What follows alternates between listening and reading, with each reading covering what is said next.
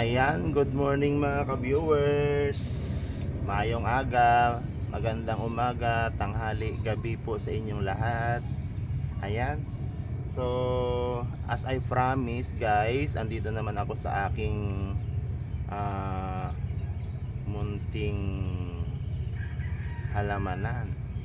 Hindi kaya rooftop ng aking bahay na ginawa naming lagayan ng mga halaman, nagtatanim kami ng mga gulay. So nung nakaraang 3 days na nakalipas, may upload po tayo regarding doon sa pag kuha natin ng empty bottle ng mga tubig na nilagyan natin ng ng pitsay at okra. Nagtanim tayo ng pitsay at okra. Sa mga hindi pa nakapanood ng first video natin doon sa pagtatanim, pwede nyo pong panoorin. Okay, sa mga bago pa lang sa ating YouTube channel, sa bagong pasok dito sa ating YouTube channel guys, please don't forget to subscribe ulit. Ayan, malaking salamat doon sa mga magsa-subscribe pa lang, at saka mga nag-subscribe, thank you so much. So ito na po yung update natin ng ating pagtatanim ng okra at saka pitsay na DIY. Gumawa po tayo ng mga improvise lang na mga lagayan ng halaman, kasi dito sa taas ng bahay natin, dito sa rooftop po, ay wala talagang lupa dito guys.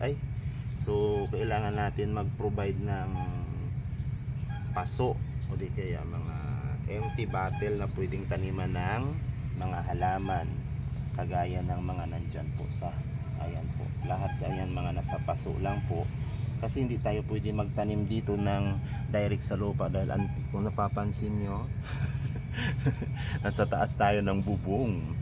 So mayroon lang kami ditong maliit na space sa taas ng bahay, sa rooftop, na pwede siyang gamitin as in lagayan ng mga halaman. Ayan po, so lagi naman natin tong ina-upload. Ayan, itong ating munting rooftop. Okay, so ngayon ipapakita ko sa inyo yung nakaraan nating ginawa na nagtanim po tayo ng okra. So ngayon guys, alam nyo, excited. Alam nyo ba, nagkaroon na siya ng after 3 days lang po, may tumubo na po sa ating okra at pitsay. Ang dali pala nilang tumubo mga boss, mga madam ko, mga ka-viewers ko. Ang dali lang nilang tumubo. So ayan po oh. Exciting po ako mga ka-viewers. Siguro after ilang araw pa to, no, makikita mo na may mga dahon na sila. So ito po, papakita ko po sa inyo ang kanilang napakagandang napakagandang tubo nila, dahil mataba po ang lupa na ito eh. Oo, mataba po yung lupa na ito mga ka-viewers. So iyan po oh. Charan. Yan, ito po ay first lang natin, first observation. Pag maganda po yung magiging resulta, dadagdagan pa po natin. Manghihingi pa tayo nito mga ganito. Ayan, yung mga ganito po, manghihingi tayo doon, kasi pinamimigay lang to, itinatapon lang po nila itong mga bote ng mga empty bottle ng mga water dispenser, ayan, ang mga boteng ganito. Siguro may alam nyo naman to kung ano itsura nito, kasi pinutulan lang natin dito siya ng pang ibabaw niya para maging open siya, malagyan natin siya ng lupa at malagyan natin ng tanim. So ito yung okra natin guys, ayun o. Ewan ko kung nakikita nyo sa camera, ayun o, may sumisibol na po. So ibabak camera muna natin para makita ninyo ha. Ibabak camera natin. Paano ko ba to i-back? Ayan, wait lang ha. Ayan. So yun guys oh. Ayan guys, wait lang. Ayan oh. So kung napapansin nyo, may inilagay tayo ditong 1, 2, 3 guys. Ang galing, buhay sila lahat.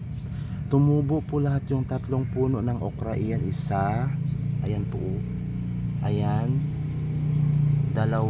Ayan po yung pangalawa oh. Sumisibol pa lang siya guys. Ayan. Ayan oh, ayan. Ayan po siya, ayan. Tapos ito naman, bumubuka pa lang yung lupa. Ayun, napapansin nyo, ayan, bumubuka pa lang yung lupa. Ang galing guys. So ito yung pangalawang battle natin. Mayroon na rin. Ayan oh. Ayan, mayroon na rin. At saka yung dito mayroon na rin siya. Oh, ayan. Yung isa dito hindi pa nagpapakita. Baka hindi pa siya. Baka napalalim yung lagay natin sa lupa. Hindi pa siya sumisibol mga ka-viewers. Ay ang galing nito. Update ko ulit kayo after 3 days ulit kung ano yung magiging resulta nito. Sigurado may dahon na yan after 3 days. Makikita na natin yan, may dahon na po yan. Ang ganda pala magtanim ng ganito. Nakaka-exciting guys dahil lang dito sa ganito oh. Yan, bili lang kayo ng mga ganito o hingi lang kayo ng mga ganitong bote ng tubig. Ayan oh. Yan oh, kagaya ng tingnan yung mga halaman namin. Yan, ang tataba po nila. Pagdating ng summer, ang gaganda ng mga bulaklak niyan. Tingnan niyo po, lahat yan mga nakapaso lang yan. O di ba? So ayan. So dito naman tayo ngayon sa ating ating pitsay guys. Tingnan niyo yung pitsay natin. Guys, tumubo na rin sila. Ayan oh. Ayan. Ayan po. Ayan po oh. Ayan oh, lahat yan pitsay po yan. Ayan o, pitsay, ang ganda. May gugulayin na ako. Ayan o, mga pitsay po yan. Yan, so ang ginawa po namin dito, direct na namin siyang ilalagay para hindi ko na siya hindi ko na siya transplant o ibig sabihin ililipat-lipat. Wag na kasi mai-stress pa yung halaman. Kaya ang ginawa ko na lang, direct ko na siyang inilagay dito. May mga pagitan na po yan. Ayan po. Ayan po, ayan po. Yan, may mga pagitan na po yan. Yan. Pag tumubo yan sila, hindi sila dikit-dikit kasi po naka na po sila, naka alternate na po sila dyan. May space na po silang nakalagay dyan. Para pag lumaki sila, hindi sila yung magdidikit-dikit. So, ganun po yun mga ka-viewers. Ang ganda. So, ayun po. Napakagaling naman. Uy, di ba? So, after 3 days ulit, i-update ko kayo kung anong magiging itsura niya na after 3 days na. Ayan po. Ayan, ang ganda-ganda ng mga tumutubo. Mataba po yung lupa na yan. Mataba po yan. Pwede nyo panoorin yun sa first video natin kung anong klaseng lupa ang ginamit natin dyan. So, ganun lang mga ka-viewers. Kung may itinanim, kagaya nga ng sabi nila, pag may itinanim, may aanihin. O diba mga ka-viewers? Ayan po siya. Ayan oh, okra po yan. So magkakaroon tayo ng okra dito at ayan, pitsay. So ibig sabihin, magkakaroon na tayo ng gulay pang sahog sa kahit anong gulay pwede. Kahit anong ulam pwede yan. Pang sahog sa mga ayang ginataang isda, yung pitsay, no? Yun, hindi na tayo bibili. Ang okra naman pwede pang sinigang. Ang galing nakasilip na po talaga po. Ayan yan. Yan nakikita nyo. Ayan, nakasilip na po yan. Ayan po. Yan, nakasilip na po yan. Ayan.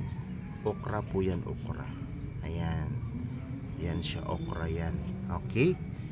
So, exciting na ako.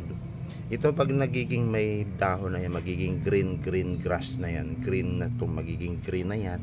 Tapos itong okra natin dito, ini-imagine ko yung kung gaano siya kataas, no? Kung gaano siya kataas bago siya mamunga. Ayan. Ay, ang galing. Ayan yung mga pitsay natin. Diba? So, diba mga ka-viewers, ang galing-galing, no? Dahil lang sa ganitong lagayan, kahit wala po tayong lupa, wala tayo sa mga palayan o sa bukid, pwede po tayong magtanim ng mga halaman o gulay. Di ba? Dito naman sa Maynila ang mga space talaga natin hindi na naka-provide yung mga yung mga lupa na yan, dahil puro simento. So ito na lang ginagawa nating paraan para po tayo makapagtanim-tanim ng mga halaman, mga bulaklak. Kasi mas maganda yung bahay, maganda yung magiging itsura ng inyong mga bahay pag may mga halaman, may mga gulay. So yun po. Ayan po. So update ko kayo dito after 3 days ulit kung anong magiging itsura niya na after 3 days ulit. So ayun po, ganyan lang po siya mga ka-viewers. Ayan lang po siya. Yan. Ganyan lang po siya. So, dito naman, may mga tanim din kami ditong mga ano. Ayan. May mga oregano. Mayroon din tayong luya. Opo, bebe, mayroon na. Tingnan mo. Ayan oh, ayan oh, may mga luya kami dito. May alugbati, may tanglad. Yun, tanglad natin, be, oh. Kulang na naman sa dilig.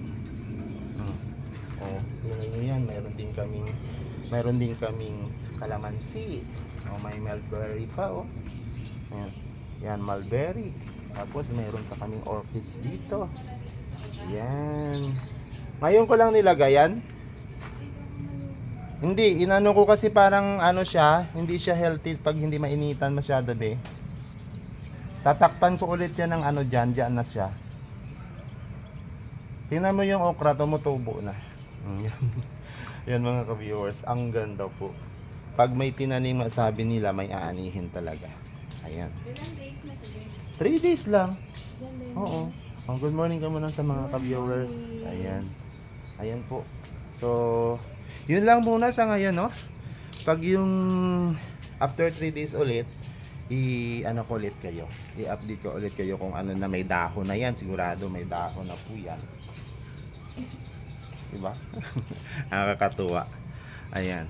So, guys, ulit ha, sa mga bagong nanonood sa ating YouTube channel, nakikiusap, please subscribe and click the notification bell, pa-like and share na rin po. And then comment nyo na rin po yung video natin ng magagandang comment. Okay? Maraming salamat ulit. God bless you all. Bye-bye po. Ayan. Bye-bye.